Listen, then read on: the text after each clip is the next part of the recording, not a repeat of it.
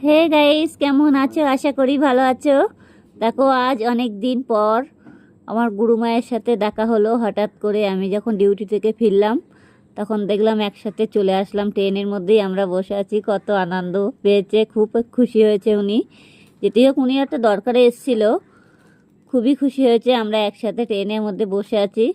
দেখো কত মজার মজার গল্প করছিল, আমার সাথে কথা বলছিল। দেখো কত লোক বসে আছে। দেখো, আমি যখন ডিউটি গিয়েছিলাম, অবশ্য ডিউটিতে যাই যখন, তখন তো অবশ্য কারোর সাথে কথা বলার টাইম পাই না। এই দুপুরের টাইমে আসার সময় এই দেখো কত খুশি হয়েছে উনি। আর সবসময় সত্যি কথা বলতে উনি ভীষণ ভালোবাসে আমার। আর আপনারা চাইলে ওনার সঙ্গে যদি তোমাদের কোনো সুবিধে থাকতে পারে, তখন ওনার সঙ্গে যোগাযোগ করে নিতে পারো। উনি মানে খুবই উপকারী। আর ওনার সঙ্গে যোগাযোগ করলে পরে কী হবে বলো তো, তোমাদের কি সমস্যা হচ্ছে কি না সেটা সলভ করে দেবে। আর খুবই শান্ত মনের মানুষ উনি, উনি আমাদের গুরু। যেটি হোক, ওনার থেকে আমাদের খুব